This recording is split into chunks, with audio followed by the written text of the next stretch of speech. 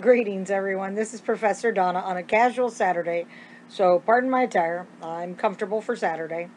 I am recording this video in regards to the Week 1 Assignment 3 in your Business Communications class to help you better understand the assignment and how to write this assignment, how to handle this assignment, and also at the same time understand a little bit about Turnitin and how that works. For this week, you are to take a situation and write a complaint letter to Miss Sandusky.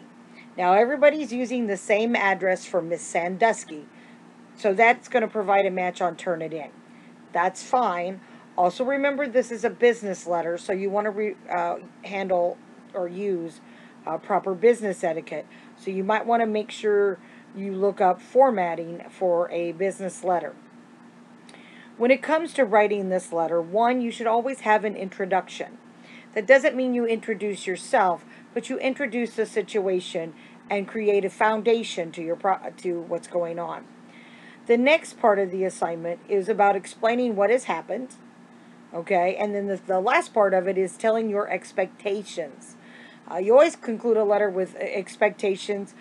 Personally, when it comes to writing business letters, I like to include a phone number and an email address because with technology today, so much is done that way via the old-fashioned snail mail that you go to the post office for.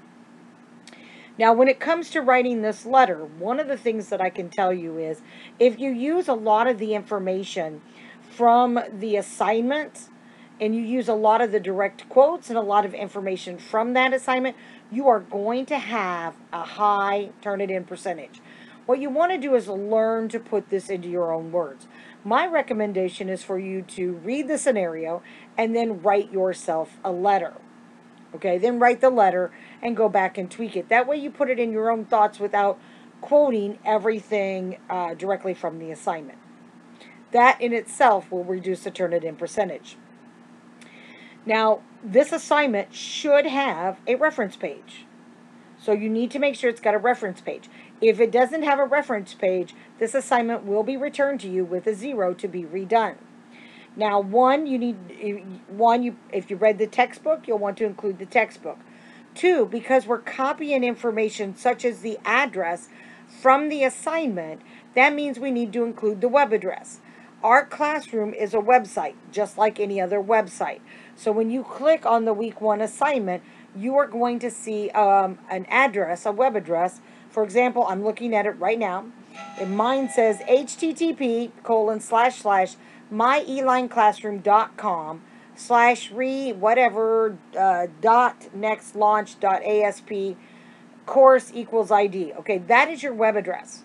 That should also automatically be on your reference page. So right there is a minimum of 2 references.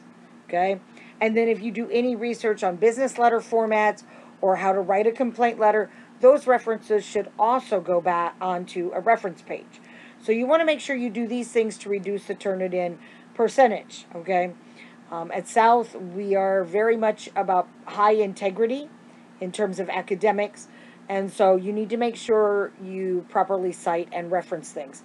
In the letter, you do not have to provide the in-paper citations since this is to write an example of a business letter, but it does need a proper reference page. So if you glean or learn anything from any website, then it should go on the reference page.